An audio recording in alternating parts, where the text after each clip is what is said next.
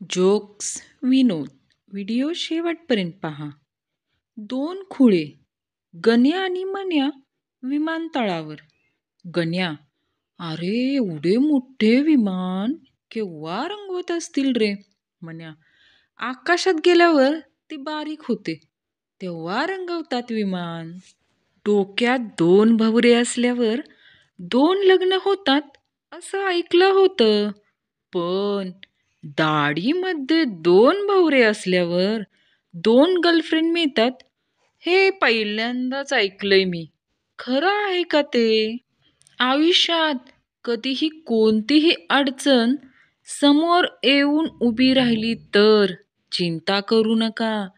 ती किती वेळ तशीच उभी राहणार, बिचारी थकून स्वतःच खाली बसेल. लहानपणी आम्ही फिरायला जायचो सुट्टीत, तेव्हा आईचे फुल आणि आमचे हाफ तिकीट होते. आता आम्ही फिरायला गेलो की आईचे हाफ आणि आमचे फुल तिकीट लागते. पहिली आई आमचे वय लहान करून सांगायची, आता आम्ही आईचे वय वाढवून सांगतो. कालाय तस्यै नमः. ज्योतिषी महिलेला: मी तुमच्या नवऱ्याचे भविष्य सांगू शकतो. त्याची काय आवश्यकता आहे? त्यांचे भविष्य तर मी ठरवेल. मला फक्त त्यांचा भूतकाळ सांगा. हल्ली मामा पण फार चाप्टर झालेत. ज्याला मुलगी नाही तोच मामा जावई म्हणून हाक मारतोय. अखिल भारतीय लग्नाचं वय झालेली संघटना. बायको: आओ चला की रावण दहन बघायला. नवरा: अगं मी काय लहान आहे का आता? बायको: नाही हो, पण दुसऱ्याच्या बायकोकडे बघितलं की कसं हाल होतात ते तरी जरा बघा ना. मुले मुली बघायला जातात. मुली: मुली बघायला का बरं जात नाही? आहो, तिथे जाऊन पण म्हणाल्या असत्या, आणखी काही दुसरे दाखवता येईल का? दोन शेजारणी एकमेकांना नेहमी वहिनी वहिनी असे का बोलतात?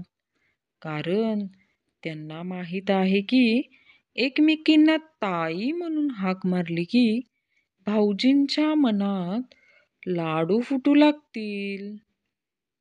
नवरा: हे बघ, एका संशोधनानुसार जर पुरुष एका वर्षात 15,000 शब्द बोलत असतील तर बायका 30,000 शब्द बोलतात. बायको: हो, बरोबरच आहे. नवऱ्याला एक गोष्ट दोनदा सांगावी लागते. नवरा: काय म्हणालीस? बायको: बघितलं, परत तेच सांगावं लागणार. टीचर: देशात सर्वाधिक प्रामाणिक पोलीस कोठे आढळतात? पप्पू: सावधान इंडिया आणि क्राईम पेट्रोलमध्येच. पहिले सच छुपाया जाता था, मीडिया उसे खोज लाती थी. अब मीडिया झूठ चलाती है और लोग सच खोज लेते हैं. एक मुलीला अननोन नंबरवरून कॉल येतो. मुलगा: हॅलो. मुलगी: कोण बोलत आहे? मुलगा: मॅडम, माझं म्हणणं तरी ऐका. मुलगी: मला काहीच ऐकायचं नाही. माझं लग्न झालं आहे आणि माझा नवरा खूप चांगला आहे. मुलगा: आणि तो नवरा आमच्याजवळ आहे. मी पोलीस स्टेशनमधून बोलतो आहे. तुमच्या नवऱ्याला घेऊन जा. तो मुलींची छेड काढत होता. पोलीस स्टेशनात गण्या: ओ साहेब, हे फोटो कुणाचे? पोलीस: गुंड आहेत ते, त्यांना पकडायचं आहे. गण्या: काय साहेब, मग फोटो काढतानीच पकडायचं ना. काय राव तुम्ही बी. गण्या अजूनही सुटला नाही. पोलीस: दरवाजा खटखटाते हे. संता: कौन दरवाजा खटखटा रहा है? पुलिस, हम पुलिस है, दरवाजा खोलो। संता, क्यों खोलूं? पुलिस, कुछ बात करनी है। संता, तुम लोग कितने हो? पुलिस, हम 3 हैं। संता, तो सालों आपस में बात कर लो, मेरे पास टाइम नहीं है। आज बैंक की लाइन में एक बंदे ने इतिहास की सबसे खतरनाक धमकी दे डाली। उसने कहा, मुझे पहले अंदर जाने दो वरना अगली बार फिर मोदी को वोट दे दूंगा। और सबने रास्ता खाली कर दिया. इतर बस म्हणजे काय?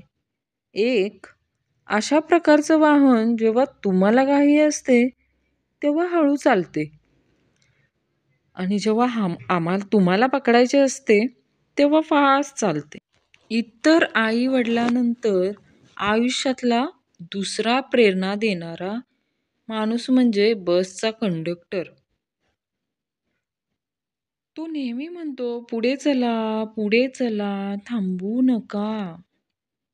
भगवान का दिया हुआ सब कुछ है, दौलत है, शौहरत है, इज्जत है, दीपावली की छुट्टी है, पर वापस आने के लिए एसटी नहीं है. एक वापस न जाणारा प्रवासी. बायको, अहो तुमचा मित्र कसल्या मुलीबरोबर लग्न करतोय?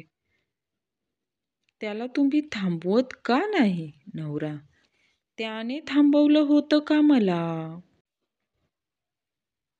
बायको, आपला संसार सुखाने चालावा म्हणून सोमवार करते, एकादशी करते, चतुर्थी करते, पौर्णिमा करते, वटसावित्री करते, नवरात्री करते.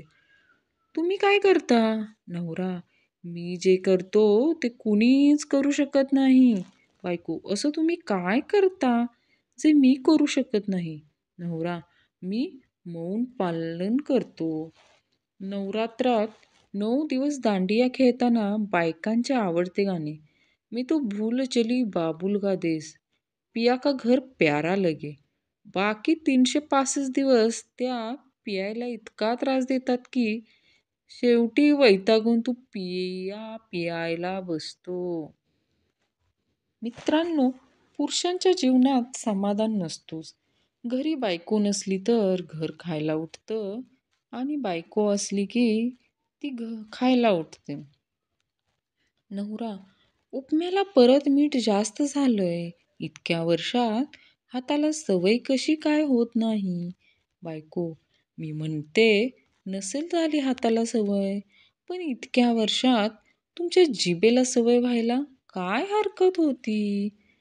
मानस उपचार तज्ज्ञ म्हणजे एक अशी व्यक्ती जी सल्ला देण्यासाठी प्रचंड शुल्क आकारते आणि तुम्ही कसे आहात ते सांगते आणि तुमची पत्नी हीच सेवा जवळपास दररोज मोफत पुरवते, पण तुम्हाला तिची किंमत नाही की तिचे कौतुक देखील वाटत नाही.